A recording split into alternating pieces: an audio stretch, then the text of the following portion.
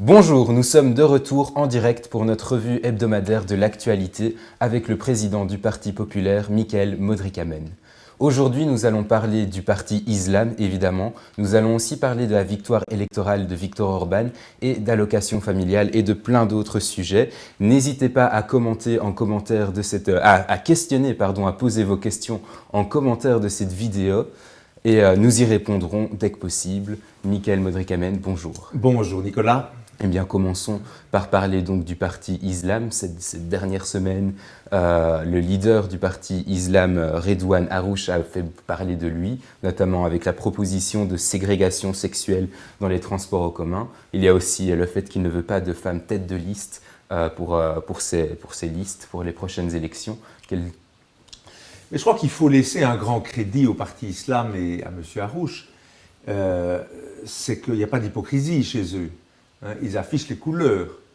Et pour eux, effectivement, le programme qu'ils nous servent, c'est celui de la charia, c'est-à-dire le droit islamique, avec tout ce que cela implique, à commencer par la discrimination, un véritable apartheid contre les femmes. Mais dans la charia, il y a toute une série de choses qui suivent, notamment le fait que la liberté de conscience serait attaquée, ou l'amputation, pour prendre des exemples les plus frappants, l'amputation des mains en cas de vol. Et non seulement il nous dit que la charia c'est bien, qu'il veut l'avoir appliquée, mais il nous dit à terme, tenant compte de la démographie, la Belgique deviendra un État islamique. Alors donc voilà, il annonce la couleur.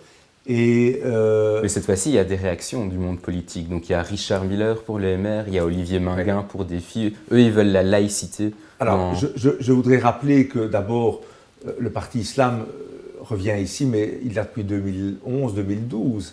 Il était présent dans les élections et on ne les a pas entendus à l'époque, ces messieurs Miller et autres. Nous, au Parti populaire, nous étions dans la rue pour dénoncer la charia déjà en 2012.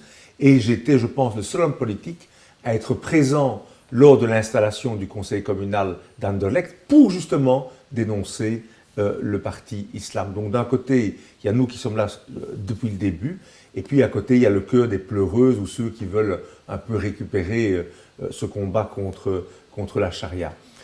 Mais en ce qui nous concerne, nous l'avons annoncé hier, nous avons, déposé une proposition de loi, donc pas des mots, mais déjà un texte de loi, visant non pas à voir interdire le parti Islam, mais à voir interdire toute organisation, quelle qu'elle soit politique, qu'elle soit religieuse, qu'elle soit culturelle ou autre, qui vise justement à promouvoir la charia en Belgique. Donc la charia, c'est vraiment le corpus juridique de l'islam.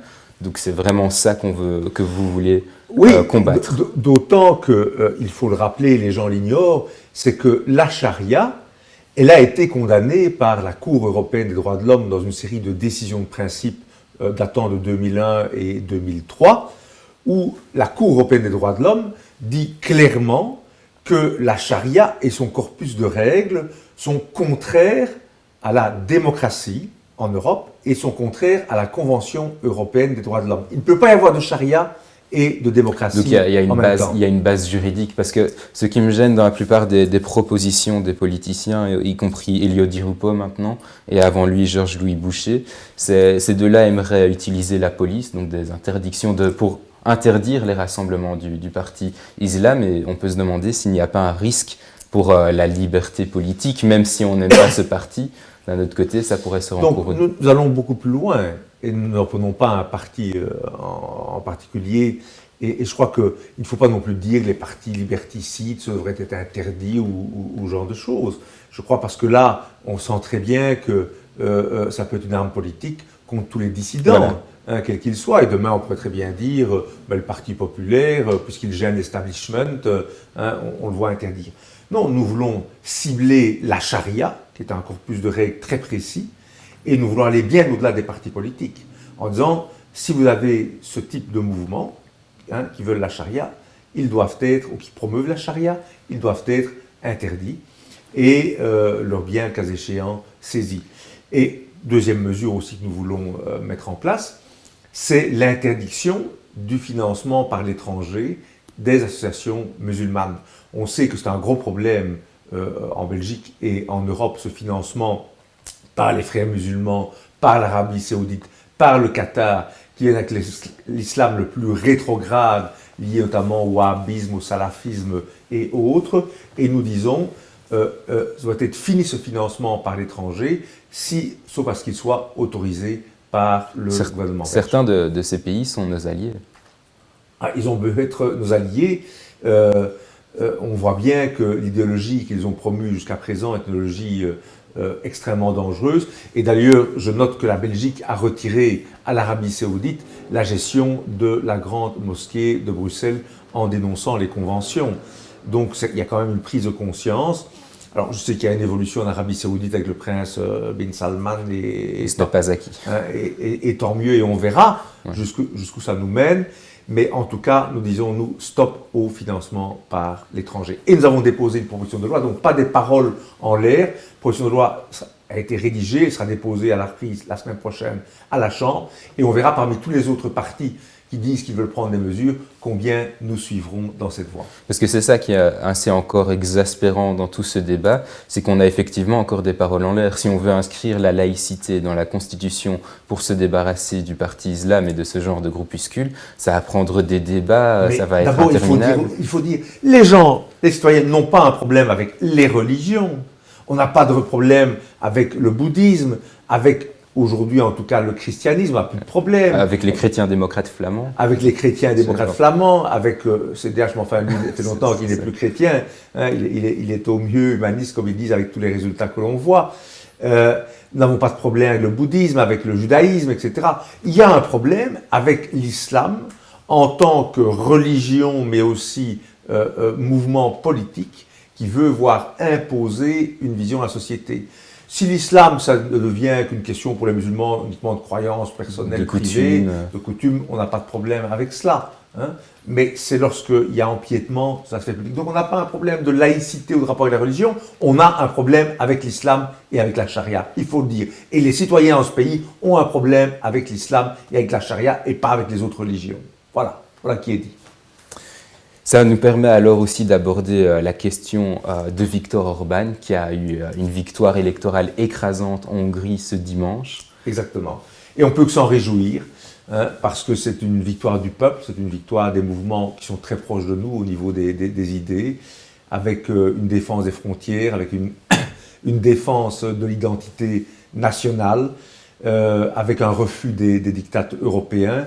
Et c'est surtout une grande victoire, alors qu'il y avait une pression de l'Union européenne, qui avait le fric des Soros et autres, hein, avec le Open Society, pour contrer Orban. Et c'est un grand doigt d'honneur ou un grand pied de nez qu'a fait le peuple hongrois, que je salue, hein, en donnant cette victoire éclatante à Orban. Si le peuple wallon et le peuple bruxellois voulaient faire un pied de nez, un doigt d'honneur? Eh bien, ils ont la solution et ils vont le faire, ce pied de nez. Et la solution, elle s'appelle le Parti populaire, notre mouvement, qui est le même mouvement du peuple, qui est aujourd'hui boycotté. On voit la RTB, RTL, etc. Mais les digues vont céder, je le dis très clairement, les digues vont céder. Il va y avoir un grand mouvement des citoyens qui se dirigent. On sent les prémices, on le voit, les gens qui nous contactent et autres. Le ras-le-bol est généralisé. Nous sommes le mouvement, nous sommes le parti que tous les citoyens, ou une grande partie des citoyens wallons et bruxellois attendent pour renverser la table et remettre de l'ordre dans ce pays. Alors c'est assez intriguant parce que dans la presse, cette victoire du peuple hongrois est interprétée comme la fin de la démocratie, comme la fin de l'état de droit, comme une sorte comme si la Hongrie était en train de basculer dans une dictature. Et dans le même temps, on voit que les journalistes sont devenus très complaisants avec le Jobbik, qui est dans l'affaire le véritable parti d'extrême droite, avec même des accointances néo-nazis.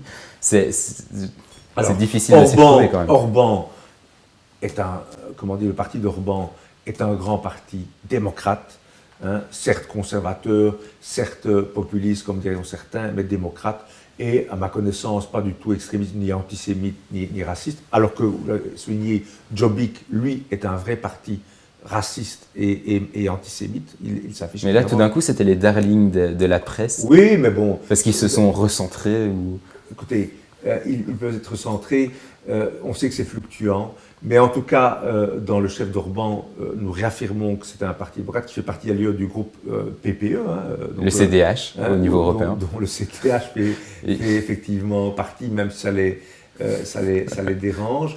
Et je crois que, effectivement, il y a chez nos élites et chez nos élites journalistiques un grand problème aujourd'hui avec le peuple. Le peuple ne pense pas ou ne pense plus comme ses élites. Il a bien compris qu'on lui racontait n'importe quoi. Le peuple ne veut pas de l'immigration. Le peuple ne veut pas de la charia, ne veut pas de la prééminence de l'islam, ne veut pas de complaisance par rapport à tout ça. Le peuple veut la fermeture des frontières, globalement. Et les élites journalistiques, les quelques dizaines qui sont ici au soir, et à la Libre, et à RTL, RTB, etc., dans leur petit vase clos, etc., d'humanistes bobos, sont mais complètement déconnectés par rapport, à ce que réclame la population. Et en Hongrie, c'est pas le cas. Non seulement il y a un peuple qui est derrière Orban, mais il y a en plus une série de médias qui sont en phase. Et il faut quand même rappeler que, je veux dire, soit la Libre, le soir, etc., ne subsiste qu'en raison des subsides étatiques payés par tout le monde. C'est le cas également de la RTBF. La RTBF, les journalistes que l'on voit tous les soirs, leur salaire, il est payé par les citoyens. Ils ont quand même des comptes à leur rendre aussi. Et ils ne peuvent pas être détachés à vouloir donner des leçons aux gens qui les payent. Justement, encore un exemple de ce détachement des journalistes, c'était une idée qui circulait beaucoup dans les rédactions lundi matin. Tous les votes n'étaient pas encore dépouillés et on nous disait il y a peut-être une chance, c'est que le turnout, donc la participation des citoyens au vote, est en train d'augmenter et s'il y a plus de citoyens qui votent, Orban va perdre des voix et on a vu que c'était encore le contraire. Il y a eu plus de citoyens qui ont voté et Orban a eu plus de voix. La presse occidentale s'illusionne. Elle s'illusionne depuis Trump, où ils avaient annoncé la victoire écrasante d'Hillary Clinton et on l'a vu. Ils avaient déjà imprimé les unes. Oui, il y avait des magazines même qui avaient déjà... elle s'illusionne avec le Brexit et elle s'est illusionnée à nouveau avec Orban. Elle s'est illusionnée en Italie, où on a cru que Berlusconi allait être le grand sauveur de la droite contre le populisme, et en réalité, c'est la Lega qui a largement triomphé aussi, contrairement à ce que les commentateurs attendaient et ce que les sondages disaient. On voit aussi parce qu'il y a un problème aussi des sondages, de manipulation terrible. On l'a vu avec nos sondages, où on nous met à 5% en Wallonie et Bruxelles, et lorsque nous sondons un échantillon beaucoup plus large, de 5 à 6 000 personnes au lieu des 1000 personnes sondées, on se rend compte qu'on est à 12 ou 13% en Wallonie, c'est-à-dire avant le CDH, avant Écolo, donc comme quatrième parti de Wallonie, déjà, alors que nous sommes boycottés. Donc que de manipulation. C'est aussi, à mon avis, dans leur manière de hiérarchiser l'information. Ici, j'ai un exemple. Donc ce lundi, je pense que c'était dans La Libre, c'était un petit entrefilet minuscule. On apprenait que la Belgique est au-dessus de la moyenne européenne en termes de naturalisation. Donc le premier pays le plus généreux, entre guillemets, c'est la Suède. Oui. Et puis après, la Belgique, je pense, c'est 2,8 naturalisations acquises pour 1000 habitants en 2016. Oui, mais donc, et là, ce sont les statistiques européennes. Donc, ce que nous disons, c'est que la Belgique, et c'est ce que d'autres pays, partis comme la NVA ont dit, c'est que la Belgique a ouvert généreusement ses portes à l'autorisation avec des lois extrêmement laxistes, alors que nous disons, nous, il faut, pour être naturalisé, au moins résider depuis 10 ans, ne pas avoir été à charge de la sécurité sociale belge, ne pas avoir été condamné, être intégré, parler les langues. Avant ça, on a distribué la nationalité belge comme dans un paquet cadeau. Il suffit de voir les arrêtés de naturalisation publiés au Moniteur belge, c'est assez effrayant de voir des gens où on sent bien qu'il y a peu d'attache ni de langue avec le pays, mais bon, ces gens prennent le passeport en espérant que comme ça, ils ne devront pas quitter, même s'ils viennent se servir au buffet de la sécurité sociale belge. Donc la Belgique doit être un pays accueillant, nous disons toujours, on n'a pas de... Mais il y a en tout cas 2 règles fondamentales à respecter. Un, on vient ici pour contribuer, pas se servir, pas venir dire mais on va vous plumer, vous les Belges, ou vous tondre et profiter. Et 2, on respecte les valeurs. On ne vient pas comme le parti islam à venir effectivement vouloir imposer des mœurs barbares à notre pays. Et si on ne respecte pas ces deux conditions, nous le disons très clairement, nous allons mettre massivement des gens dehors au niveau du Parti populaire. Bien sûr, d'abord, les extrémistes, bien sûr, les délinquants, bien sûr, ceux qui appellent au djihad, les returnees et autres, mais aussi tous ceux qui sont venus pour simplement profiter du système, sans contribuer, ceux-là n'ont pas leur place dans notre pays. C'est ce qu'ont fait les ressortissants européens d'ailleurs. Hein. Quand vous êtes plus de 3 mois à charge sociale belge, vous êtes italien, français, on vous met dehors. Il n'y a pas de raison qu'on ne mette pas dehors demain les Nord-Africains, l'Africain, des Sud-Américains et autres, en appliquant simplement des règles similaires aux règles européennes. Nous le disons, nous annonçons la couleur, ce sera comme ça. D'un autre côté, peut-être qu'il faudrait déjà commencer dans les faits de délinquance juste par des arrestations administratives. J'y pense parce que cette semaine, à Molenbeek, 2 policiers ont été agressés. Donc il y en a un qui a été frappé à la tête à l'aide d'un club de golf. Il y en a un deuxième qui a été blessé au visage par des bris de verre. Donc en fait, ils faisaient une intervention dans Molenbeek et leur voiture a été assaillée par une quarantaine de jeunes. Ouais. Ils ont essuyé des jets de pierre. Ouais. Et à la fin, on apprend qu'une trentaine de jeunes ont finalement été contrôlés, mais la police n'a procédé à aucune arrestation administrative ou judiciaire. Mais ça, c'est ce qu'on appelle une zone de non-droit soft. Je veux dire, où on peut caillasser la police, les attaquer, les blesser, et où il n'y a a priori aucune conséquence, on n'arrête pas les gens. La police, elle doit être crainte et respectée. Et face à de tels actes, il faut venir en masse arrêter ces types et les faire passer en comparution immédiate. Nous disons, nous, tolérance zéro. Le Parti populaire remettra de l'ordre. Le Parti populaire rétablira la sécurité. On craindra à nouveau les policiers. Les crapules, les racailles qui traînent, les bandes et autres seront arrêtés, passeront en jugement, seront en prison et seront expulsés. S'ils ont la double nationalité, ils perdront la nationalité belge. Nous allons remettre de l'ordre dans les rues. J'en fais, je prends l'engagement ici devant les citoyens belges, nous allons remettre de l'ordre dans ce pays. Vous l'attendez, nous allons le faire. Il suffit juste de donner le mandat pour le faire, c'est-à-dire un mandat électoral, d'avoir majorité, peut-être pas dans un premier temps, mais en tout cas un vote suffisant que pour imposer nos vues, et nous remettrons de l'ordre. Nicolas. Alors, un sujet un peu plus léger, mais on reste à Bruxelles, c'est la réforme des allocations familiales à Bruxelles. Donc, c'est fini, le principe d'un enfant égale un enfant. Maintenant, les allocations seront modélisées sur base du revenu pour donner plus aux enfants en provenance de familles à bas revenus et aussi aux familles monoparentales. Alors, à Bruxelles, ça signifie globalement donner plus aux enfants issus de l'immigration, au détriment des classes moyennes. Il faut être très clair. C'est de nouveau une vision socialiste, ce sont les socialistes qui sont au pouvoir, et tous les gens qui sont associés, le défi ne vaut pas mieux, écolo bien sûr, donc c'est cette vision-là qui est CDH ne vaut pas mieux non plus, ce sont ces dérives-là, où on est en train de dire effectivement qu'un enfant ne vaut plus un enfant, que parce que vous êtes une classe moyenne, eh bien, vous aurez moins que celui qui est arrivé éventuellement hier. Alors que vous contribuez. Alors que vous contribuez, avec une conséquence très claire. C'est l'exode des classes moyennes. Le Belge moyen fout le camp de Bruxelles. Il va s'installer dans le Brabant wallon ou il va s'installer dans le Brabant flamand. Ça, c'est la réalité.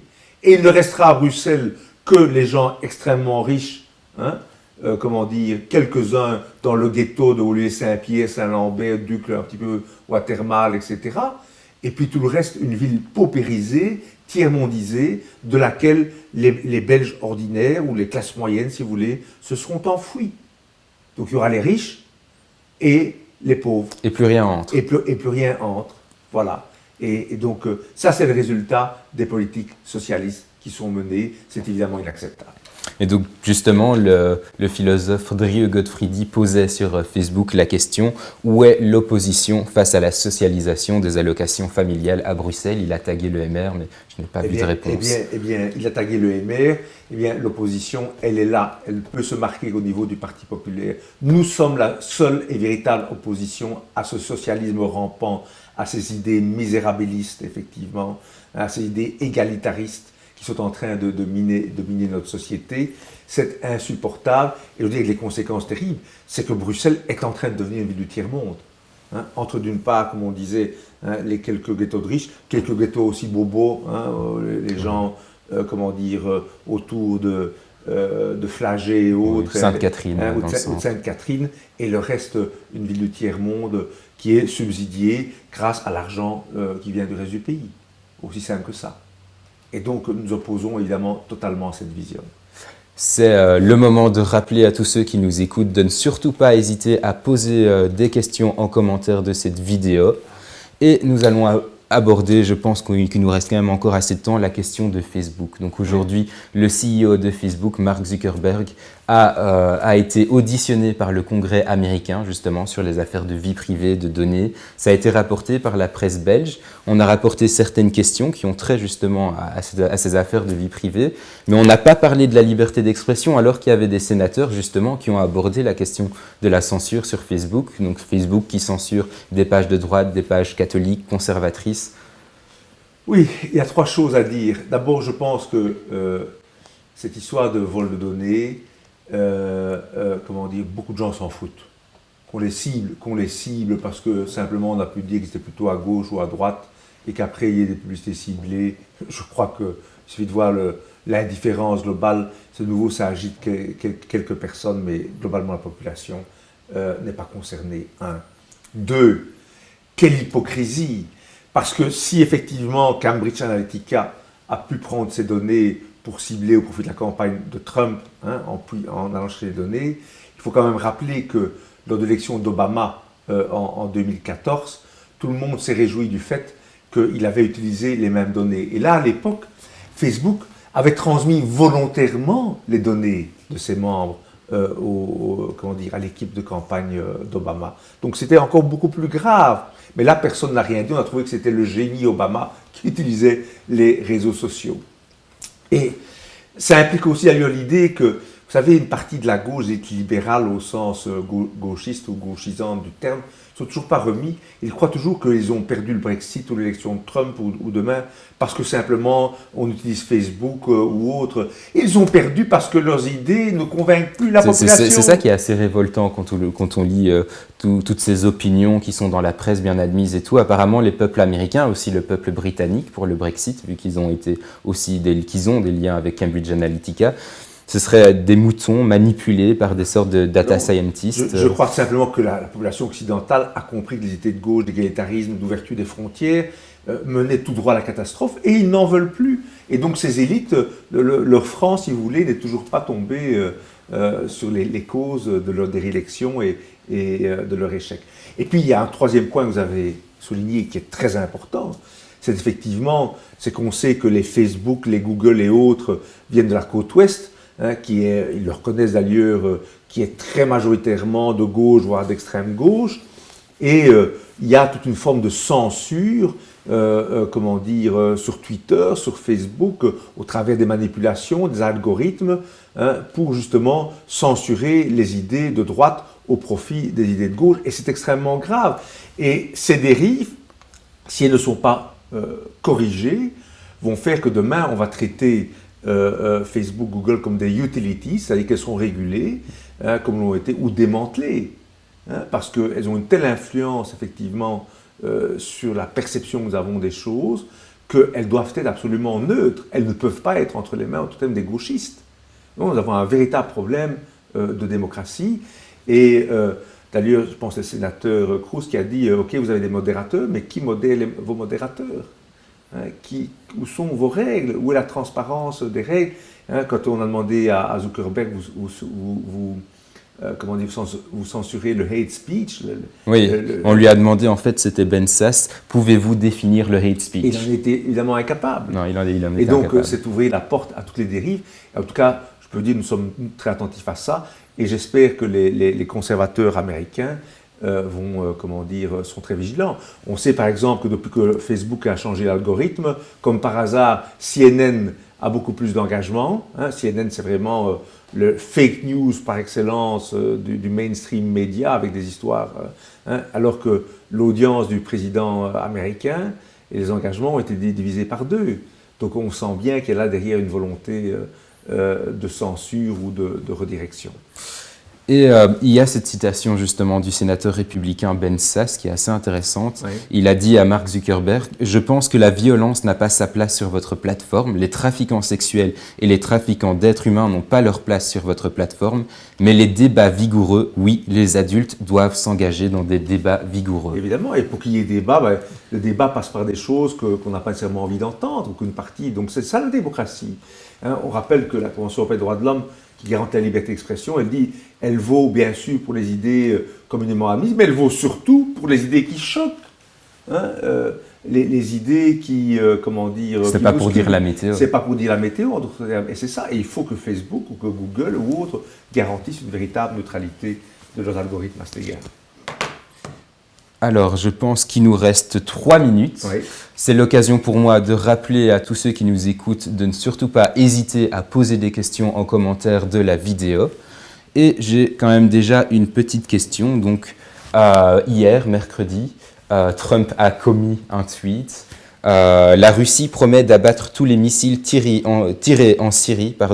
Tiens-toi prête, Russie, parce qu'ils arrivent, beaux, nouveaux et intelligents. C'était en réaction à l'utilisation supposée, ce n'est pas encore prouvé, on ne sait pas, d'armes chimiques par le régime de Bachar el-Assad. Oui, la Syrie, il faut le dire, est un dossier extrêmement complexe. Il faut être prudent. D'abord, toujours, évidemment, nos ennemis d'abord, c'est Daesh, c'est l'État islamique. Mais il faut rappeler quand même que Assad n'est pas un enfant de cœur. Assad est un meurtrier également, qui n'a pas hésité dans le passé déjà, lui et sa famille, à utiliser des armes chimiques. Donc, il y a eu des exemples. Ici, je veux dire, soyons prudents, hein, parce qu'il peut y avoir des manipulations aussi sur l'arme chimique. Maintenant, est-ce que c'est une raison pour entamer une troisième guerre mondiale? Est-ce que les Russes et les Américains, je crois qu'il faut être extrêmement prudent de ce côté-là, mais aussi savoir qu'elle a un jeu géopolitique complexe, que, vous savez, nous n'avons jamais caché que nous apprécions Poutine, nous apprécions la Russie sur bien des points, mais il faut quand même être prudent sur le fait que la Russie aujourd'hui est alliée avec Erdogan, oui. Qui n'est pas notre allié à nous. Officiellement dans l'OTAN, si. Officiellement dans l'OTAN, mais on a vu toutes les dérives de l'OTAN. C'est plus compliqué. Pardon, de la Turquie. Et ils sont également les alliés de l'Iran, qui est aussi une force théocratique extrêmement dangereuse.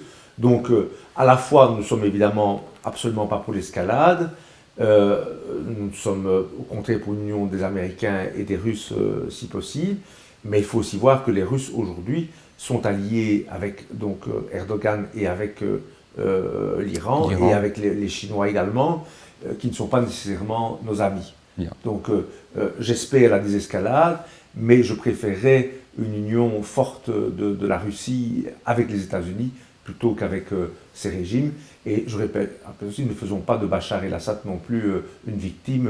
Bon, il est effectivement un rempart contre l'islamisme. C'est vrai que la Syrie, comment dire, était beaucoup plus ouverte par rapport aux minorités, aux femmes, etc. et autres.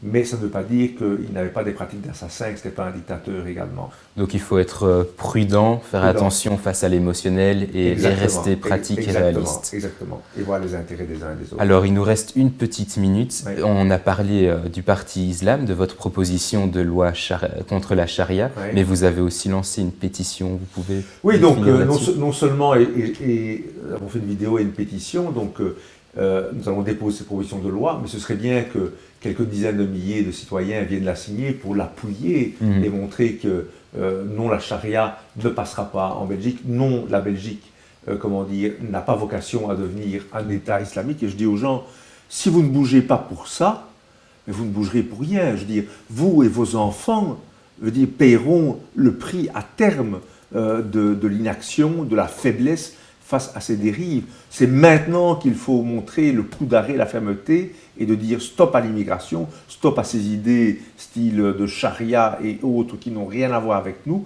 Nous disons stop, nous expulserons les gens qui n'ont rien à faire et nous empêcherons que ces idées prospèrent. Et pour ça, il faut voter demain, mais il faut aussi, je pense, une signature pour montrer qu'il y a du soutien. Qu'il y a du soutien par rapport à une proposition comme celle-là. Ça me paraît évidemment le minimum. Eh bien, Monsieur Modric Amen, merci beaucoup. Merci Nicolas, et donc rendez-vous la semaine prochaine. Rendez-vous la semaine prochaine et n'oubliez pas de signer cette pétition sur lepeuple.be/stop charia. Merci.